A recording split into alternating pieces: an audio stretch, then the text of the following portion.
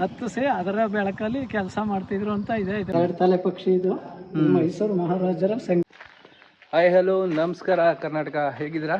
ಎಲ್ಲ ಚೆನ್ನಾಗಿದ್ದೀರಾ ಅಂತ ಭಾವಿಸ್ತಾ ಹೊಸ ವಿಡಿಯೋನ ಸ್ಟಾರ್ಟ್ ಮಾಡ್ತಾ ಇದ್ದೀನಿ.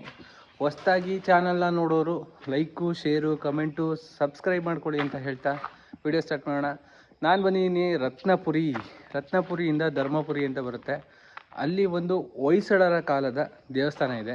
ಆ ದೇವಸ್ಥಾನನ ನಾನು ನೋಡೋಕ್ಕೆ ಬಂದಿದ್ದೀನಿ. ಬನ್ನಿ, ಆ ದೇವಸ್ಥಾನ ಎಷ್ಟನೇ ಶತಮಾನದ್ದು, ಆಮೇಲೆ ಅದ್ರ ಬಗ್ಗೆ ಒಂದಷ್ಟು ಇತಿಹಾಸಗಳನ್ನ ತಿಳ್ಕೊಬಾರ್ದ. ಸರ್, ಇದು ವಿಶೇಷವಾಗಿ ಇದೊಂದು ಶಾಸನ ಇದೆಯಲ್ಲ, ಇದ್ರ ಮಹತ್ವ ಹೇಳಿ. ಆಮೇಲೆ ಕಾಶಿ ವಿಶ್ವನಾಥ ದೇವಸ್ಥಾನದ ಒಂದು ಉಲ್ಲೇಖನೂ ಇದೆಯಲ್ಲ, ಅದ್ರ ಬಗ್ಗೆನೂ ನಮಗೊಂದಷ್ಟು ಮಾಹಿತಿ ಕೊಡಿ. ಇದು ಅದೇ ದೇವಸ್ಥಾನ ಓಪನ್ ಆದಾಗ ಮಾಡಿರೋ ಶಾಸನ. ಮೈಸೂರು ಮಹಾರಾಜರು ಮತ್ತು ಶ್ರೀರಂಗಪಟ್ಟಣದ ದೊರೆಗಳು ಆ ಕಾಲದಲ್ಲಿ ನಿರ್ಮಿಸತಕ್ಕಂಥ ಶಾಸನ ಇದು. ಇದರಲ್ಲಿ ದೇವಾಲಯದ್ದು ಏನಿದೆ ಅಂದರೆ ಅದೇನೇ ಇದರಲ್ಲಿ ಬರೆದಿರೋದೆ ಅಲ್ಲಿ ಇರೋದು. ಹೇಗಿದೆ ಅದು ಅಂದರೆ 1591 ಇಸ್ವಿಲಿ ಈ ದೇವಾಲಯನ ನಿರ್ಮಿಸಲಾಗಿದೆ. ಇದರ ಹೆಸರು ಕಾಶಿಲಿಂಗೇಶ್ವರ ದೇವಸ್ಥಾನ ಅಂತ. ಕಾಶಿಯಿಂದಲೇ ಲಿಂಗ ತೊಗೊಂಡು ಬಂದು ಸ್ಥಾಪನೆ ಮಾಡಿದರು. ಇದಕ್ಕೆ ಇನ್ನೊಂದು ಹೆಸರಿದೆ, 1000 ಕಂಬದ ದೇವಾಲಯ ಅಂತ ಕರೀತಾರೆ. ಏಕೆಂದರೆ 1000 ಕಂಬ ಇತ್ತೋ ಇಲ್ವೋ, ಆ ಕಾಲದಲ್ಲಿ ಇಷ್ಟು ದೊಡ್ಡ ದೇವಸ್ಥಾನ ಯಾರೂ ನೋಡಿಲ್ಲದೆ ಇರೋ ಕಾರಣ ಇದನ್ನು ನೋಡಿಬಿಟ್ಟು ಇದು 1000 ಕಂಬದ ದೇವಾಲಯ ಅಂತ ಹೆಸರಿಟ್ಟಿದ್ದಾರೆ ಇದಕ್ಕೆ.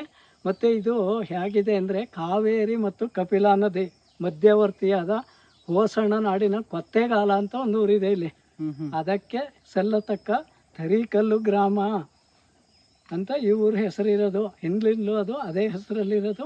ತರೀಕಲ್ಲು ಗ್ರಾಮಕ್ಕೆ ಸೇರಿದ ಕಾಶಿಲಿಂಗೇಶ್ವರ ದೇವಾಲಯ. ನೋಡ್ತಾ ಇದ್ದೀರಲ್ಲ, ಇದು ತುಂಬಾ ದೊಡ್ಡ ದೀಪ. ಇದು ಸಾಮಾನ್ಯವಾಗಿ 100 ಲೀಟರ್ಗೂ ಜಾಸ್ತಿ ಎಣ್ಣೆ ಹಿಡಿಯುತ್ತೆ. ಇದು 60 ಅಡಿ ಗರಡು ಗಂಬದ ಮೇಲೆ ಇತ್ತು ಆ ಕಾಲದಲ್ಲಿ. ಇದೆಲ್ಲ ಹಾಳಾದಾಗ ಅದು ಬಿದ್ದೋಯ್ತು. ಗರಡು ಗಂಬ ಕಾಣ್ತಾ ಇಲ್ಲ.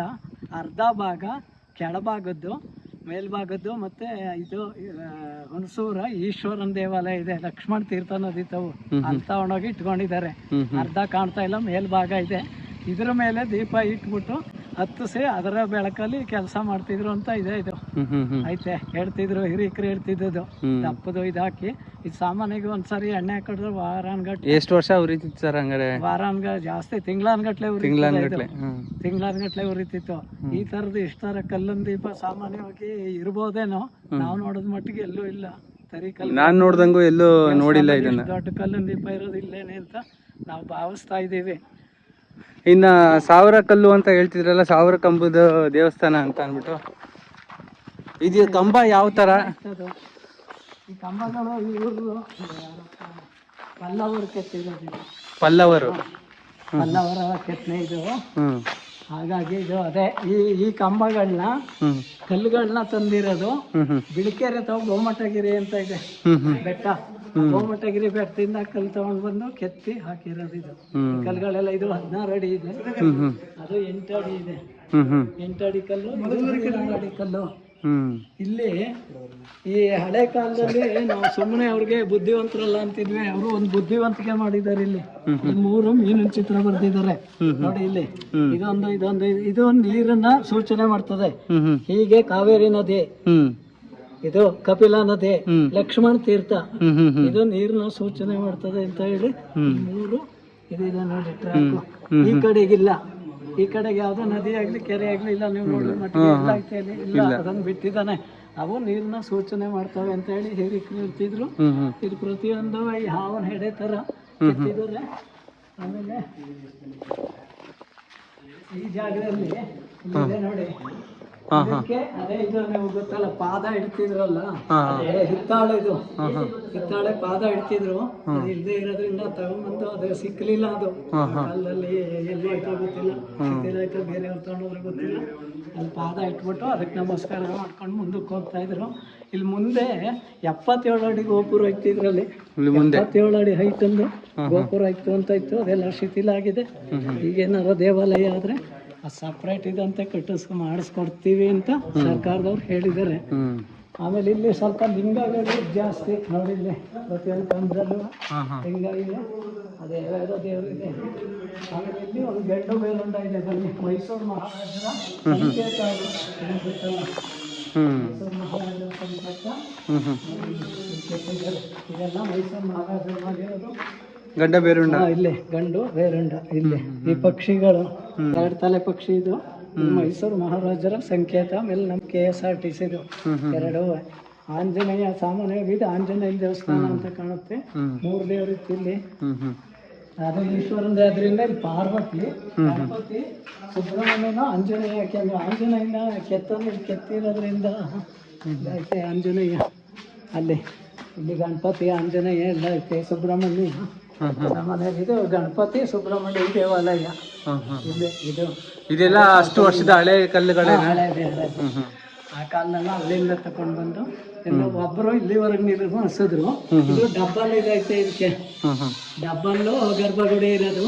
ಅಲ್ಲೆಲ್ಲ ನಾವು ಹೋಗಿದ್ವಿ, ಅದ್ರ ಒಳಗಡೆ ನುಸುಳ್ಕೊಂಡು ಏನು ಸಿಕ್ಲಿಲ್ಲ. ಗುಡಿ ಕಲ್ಲು ಉದುರಿತ್ತು, ಕಾಯಿಗೆ ಎಲ್ಲ ಆಗಿತ್ತು. ಒಳಗಡೆ ನುಸುಳಿದ್ದು ಏನಾರು ಆಯ್ತು ಅಂತ. ಇದು ಡಬ್ಬಲ್ ಗರ್ಭಗುಡಿ ತನಕ ಮಾತ್ರ ಡಬ್ಬಲ್ ಐತೆ. 7 ಗೋಪುರ 7 ಐತೆ. ಇದೊಂದು ದೇವಾಲಯ. ಇಲ್ಲಿ ಪಾತಾಳೇಶ್ವರ ಒಂದೈತೆ. ಇದು ನೀವು ನೋಡಿರ್ತೀರಿ, ಪಾತಾಳೇಶ್ವರ ಅಂತ ಪ್ರತಿಯೊಂದು ದೇವಾಲಯದಲ್ಲೂ ಇರ್ತದೆ ಪಾತಾಳೇಶ್ವರ ಅಂತ. ಇಲ್ಲೇ ಇಲ್ಲೇ ಬಸವನ ಚಿತ್ರ ಐತೆ. ಬಸವನ ಚಿತ್ರ ಇರೋದ್ರಿಂದ ಅವ್ರಿಗೆ ಈಶ್ವರ ದೇವರು ಇರ್ತವೆ, ಬಸವಣ್ಣ ಇರುತ್ತೆ. ಚೆನ್ನಾಗಿದೆ. ಇದು ಚಂಡಿಕೇಶ್ವರಿ ದೇವಾಲಯ. ಇದು ಅದೇ ಮಕ್ಕಳುಗಳಿಗೆ ಚಂಡಿ ಬಂದ್ರೆ ಅದನ್ನ ಅದಿತ್ತು ಅಂತ ಹೇಳ್ತಿದ್ರು. ಆಮೇಲೆ ಆ ಜಾಗದಲ್ಲಿ ಡಬ್ಬಲ್ ಚಂದ್ರಶಾಲೆ ಬಂದಿದೆ. ಅದು ದೊಡ್ಡದು ಡಬ್ಬಲ್ ಚಂದ್ರಶಾಲೆ. ಅದರಲ್ಲಿ ಅಲ್ಲ 5 ದೇವರಿತ್ತು. ದೇವ್ರುಗಳು ಯಾವ್ದು ಅಂತ ಗೊತ್ತಿಲ್ಲ, ಇದುವರೆಗೆ ಸಿಕ್ಕಿಲ್ಲ. ಅದುವೇ ದೇವ್ರು ಯಾವ್ದು ಅನ್ನೋದು ಗೊತ್ತಿಲ್ಲ. ಈ ದೇವಾಲಯ ಇದು ವಿಷ್ಣು ದೇವಾಲಯ. ವಿಷ್ಣುದು ಶ್ರೀ ವಿಷ್ಣು, ಶ್ರೀದೇವಿ ಭೂದೇವಿ. ಇದು ಈ ದೇವಾಲಯ. ಇದು 8 ಅಡಿ ಇದೆ ಬೇರೆಯವ್ರು ಮಾಡಿರೋದು, 14 ಅಡಿ ಇದೆ ಬೇರೆ ಮಾಡಿರೋದು. ಒಬ್ಬೊಬ್ರು ರಾಜರು ಬಂದಾಗ ಮಾಡಿದ್ದಾರೆ, ನಿರ್ಮಿಸಿದ್ದಾರೆ. ಆಯ್ತು.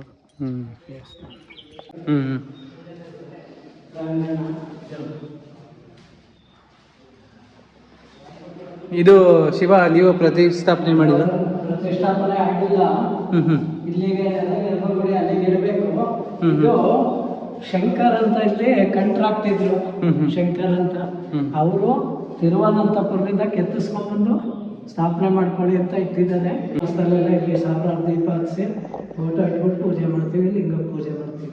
ಸುಮಾರು 500, 600, 700 ಜನ ತನಕ ಬರ್ತಾರೆ. ಸುತ್ತಮುತ್ತ ಹಳ್ಳಿಯವರೆಲ್ಲ ಪ್ರಸಾದನ ಊರವರೇ ಮಾಡ್ಕೊಂಡು ಕೊಟ್ಟು ಬರ್ತಾರೆ. ಅವ್ರಿಗೆ ಪೂಜೆ ಮಾಡೋದು ಅಷ್ಟೇ ಕೆಲಸ. ಒಟ್ಟಿನಲ್ಲಿ ಹಬ್ಬಗಳಲ್ಲಿ ಮಾತ್ರ ಪೂಜೆ ಮಾಡ್ತಾರೆ. ಪ್ರತಿದಿನ ಇಲ್ಲೊಂದು ವೇದ ಲಿಂಗಾಯತರು ಅವರೆಲ್ಲ ಬಂದು ನೀರು ಹಾಕ್ಬಿಟ್ಟು ಪೂಜೆ ಮಾಡಿಬಿಟ್ಟು ಹೋಗ್ತಾರೆ. ಇದು ದೇವ್ರ ತೊಳೆಯ ಜಾಗ. ಗರ್ಭಗುಡಿ ಎಲ್ಲ ಅಲ್ಲೇ ಸ್ಥಾಪನೆ ಆಗಬೇಕಾಗಿರೋದು. ಇಲ್ಲೇ ಸ್ಥಾಪನೆ ಆಗಬೇಕಾಗಿರೋದು. ಸ್ಥಾಪನೆ ಮಾಡೋದು ಇದೇ ಜಾಗ. ಅಲ್ಲಿಗೆ ಗೋಪುರ ಮಾಡಿದ್ದಾರೆ. ಅವರೇನೆ ಕಲಶ ಎಲ್ಲ ಕೊಡ್ತೀನಿ ಅಂತ ಹೇಳಿದ್ರು. ವೀರಭದ್ರ ದೇವಸ್ಥಾನ ಟಗರು ಇರೋದು ಇದ್ರೆ ಅದು ವೀರಭದ್ರ ಅಂತ. ಇದು ವೀರಭದ್ರ ದೇವಸ್ಥಾನ. ಅಲ್ಲೊಂದು ಕೆತ್ತನೆ ಇದೆಯಲ್ಲ, ಅದೇ ತರ ವೀರಭದ್ರ. ಈಶ್ವರ ಎಲ್ಲ ಒಂದೇ ತಾನೆ, ದೇವರು ಒಬ್ಬನೇ ನಾಮ. ಕಪಿಲಾ ನದಿ, ಲಕ್ಷ್ಮಣ ತೀರ್ಥ ಅದನ್ನ ಸೂಚನೆ ಮಾಡೋದು ಇದು. ಇವೆರಡು ಅದನ್ನ ಮೇನ್ ಮೂಲಕ ತೋರಿಸಿದ್ದಾರೆ. ಸೂರ್ಯ ಚಂದ್ರ ಅದರ ಮೂಲಕ. ಸರ್ ಇಲ್ಲೊಂದಿದೆ, ನಾವು ನೋಡ್ಬೋದು. ಈ ಕಡೆ ನೋಡಿದ್ರೆ ಒಂದ್ ಕಡೆ ಆಮೆ ಮುಖಾಂತರ ಮತ್ತೆ ಇನ್ನೊಂದು ಮುಖ ಮೀನಿನ ತರ ಕಾಣಿಸ್ತಾ ಇದೆ. ಏನಪ್ಪಾ ಅಂತ ಹೇಳಿದ್ರೆ ಇದು ಈ ಕಡೆ ನೀರು ಹರಿಯುತ್ತಿರೋ ಒಂದು ಭಾಗವನ್ನು ತೋರಿಸ್ತಾ ಇದೆ ಅನ್ನೋಂಥದ್ದು. ಹಾಗೆ ಎಲ್ಲಾ ಕಂಬಗಳು ಕೆಲವೊಂದು ಸಿಂಬಾಲಿಕ್ ಇದೆ. ಎಲ್ಲ ಸಿಂಬಾಲಿಕ್ ಒಂದೊಂದು ಕಾರಣಕ್ಕೋಸ್ಕರ ಕೆತ್ತಲಾಗಿದೆ ಅನ್ನೋಂಥದ್ದು. ಮತ್ತೆ ಇದು ಸ್ವಲ್ಪ ದೂರ ಹೋದ್ರೆ ಇನ್ನೊಂದು ದೇವಾಲಯ ಇದೆ, ಸೋಮೇಶ್ವರ ದೇವಾಲಯ. ಅಲ್ಲೂ ಕೂಡ ಸುರಂಗ ಮಾರ್ಗ ಇದೆ. ಮತ್ತೆ ಬೇಲೂರು ಹಳೆಬೀಡು ಅಂತ ಏನ್ ಹೇಳ್ತೀವಿ, ಅಲ್ಲಿಗಿಂತ ಅದ್ಭುತವಾದ ಕೆತ್ತನೆ ಸೂಕ್ಷ್ಮ ಕಲೆಗಳನ್ನ ನೀವು ಅಲ್ಲಿ ನೋಡ್ಬೋದು. ಮತ್ತೆ ಇಲ್ಲಿಂದ ಎಲ್ಲ ಕಡೆಗೂ ಸುರಂಗ ಮಾರ್ಗ ಇತ್ತು ಅನ್ನೋದಕ್ಕೆ ನಮಗೆ ಪುರಾವೆಗಳು ಸಿಗ್ತಾ ಇತ್ತು. ಅವಾಗ ನಾವು ನೋಡಿದಾಗ ಇದು ಪುನರುತ್ಥಾನ ಆಗಕ್ಕೆ ಮುಂಚೆ ಆ ಸುರಂಗ ಮಾರ್ಗ ಕಾಣಿಸ್ತಾ ಇತ್ತು ಕಣ್ಣಿಗೆ. ಮತ್ತೆ ಇಲ್ಲಿ ಯಾವ ಸುರಂಗ ಮಾರ್ಗ ಜಾಗ ಇತ್ತು ಅದೇ ತರ ರತ್ನಾಪುರಿ ಗ್ರಾಮದಲ್ಲೂ ಅದೇ ತರ ಸುರಂಗ ಮಾರ್ಗ ಇತ್ತು. ಮತ್ತೆ ಅದ್ರ ಮೇಲೆ ಲಿಂಗ ನೆಟ್ಟಿದ್ರು. ಲಿಂಗ ಏನು ಅಂದ್ರೆ ಲಿಂಗ ಡೋರ್ ತರ ಓಪನ್ ಮಾಡಿದ್ರೆ ಮತ್ತೆ ಎದ್ದು ಹೋಗ್ಬೋದಾಗಿತ್ತು. ಮತ್ತೆ ಇದೇ ತರ ಸ್ಟ್ರಕ್ಚರ್ ಸ್ವಲ್ಪ ದೂರ ಧರ್ಮಪುರಕ್ಕೆ ಹೋದ್ರೆ ಅಲ್ಲೂ ಕೂಡ ಅಲ್ಲಿ ದೇವಸ್ಥಾನ ಚೆನ್ನಕೇಶ್ವರ ದೇವಸ್ಥಾನದಲ್ಲಿ ಕೂಡ ಇತ್ತು. ಸೊ ಹೀಗೆ ಸುರಂಗ ಮಾರ್ಗ ಕೂಡ ಇತ್ತು. ಮತ್ತೆ ಪಿರಪಣದ ಅರಸರು ಕೂಡ ಆಳ್ವಿಕೆ ನಡೆಸ್ತಿದ್ರು ಅಂತ ನೋಡಿದ್ವಿ.